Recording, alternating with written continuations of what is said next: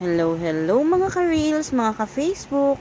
Eto at Sunday na naman at tutungo na naman kami sa Wildlife Quezon City dahil may photoshoot ang aking anak.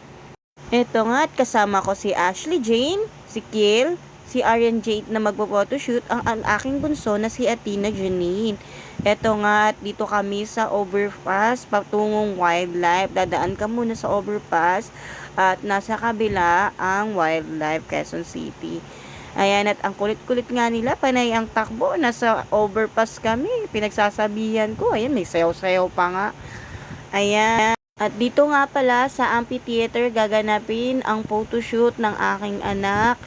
Ayan, Gucci at BMP Modeling Management. Ayan, at pasok na nga kami sa amphitheater. Ito nga at ang bilis nila, tinakbo na ang amphitheater, nagmadali pa si Kiel at Ashley patuntang amphitheater. Ayan at ako, eto lakad-lakad lang, simple lang kasi mahirap na baka hikain tayo. Alam niyo na, mahirap na.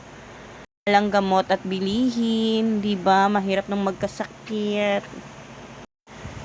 Eto nga at late kami. Anong oras na kami nakarating? 11 AM na. So napakatagal.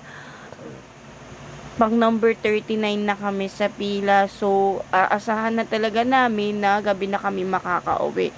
Dahil, ayun nga, dahil wala nga kaming budget. So, ang ginawa namin is nagsaing muna ako at nagluto ng uulamin namin dahil wala rin naman kaming budget pambili sa Jollibee or kahit anong kainan. At binidyohan ko din ang ginagawa nilang photoshoots. Ayan, habang nagpo-photoshoot, ayan, inaya ko si Arian. Arian, model-model nga. Ayan, o diba? Model-model yung anak ko na yan. Tapos, pinag-try ko rin silang dalawa ni Ate Ashley niya na mag-model-model. O, sige, rampa. Ayan, si Arian Jade. Parampa-rampa na. Pak-pak, checks. Okay, Ate Ashley naman daw. O, sige, Ate Ashley, rampa. Ay, hindi. Sabi niya, dalawa daw muna sila. Poch. Oh, ayan. Sige, rampa. Pose. Ops. Kahit mali-mali. Sige, go lang. Ayan. Ang galing naman ng mga batang to. Kanina ba to nagmana? Ay, sa akin ba? Chares. Alam niyo ba guys na isa rin akong gustong-gustong mag-model dati at ayun ay hindi natuloy sapagkat wala rin naman kaming budget para maging model din ako dati. So, ayan. Ayan nga guys, dito nga ay nag-start na si Ate Arian make-upan dahil siya na nga ang susunod na ipo-photoshoot. Syempre, hindi mawawala yung ayan, tahimik lang siya habang mini-make-upan. Kasi ayan yung gustong-gusto niya, yung mini-make-upan siya. Tapos ayan, binidyo ko na rin yung mga make-up nila. Ayan. Ayan. Ayan nga yung bingo tsaka chocolate gustong gusto kunin ni Athena. Ayan. Tuwan-tuwa naman si Ate Arian habang mini-make-upan siya. Ayan. After niya nga ma-make-upan is si Athena nga yung kasunod dyan. At ayan yung anak ko na yan. Napakakulit. Gustong gusto talaga ng mini-make-upan siya. O, diba? Feel na feel niya talaga yung nag-make-up. Ito din nabili mami? After namin mananghalian, ayan, sige na naman ako sa pagbibideo ng mga, ayan, nakita nyo ba, may mga Barbie doll na, ayan, inaayusan nila Mami Kit. Kit Kat Melo, ang aming artist at designer. Ayan, si Sir Mark pala yan. Ayan, si Mami Kit, yung nag-aayos sa mga model. Ayan, siya rin yung nagde-designs ng mga damit ng Barbie. Tapos, ayan, yung mga makeup artist, may na-makeupan na yung mga bata.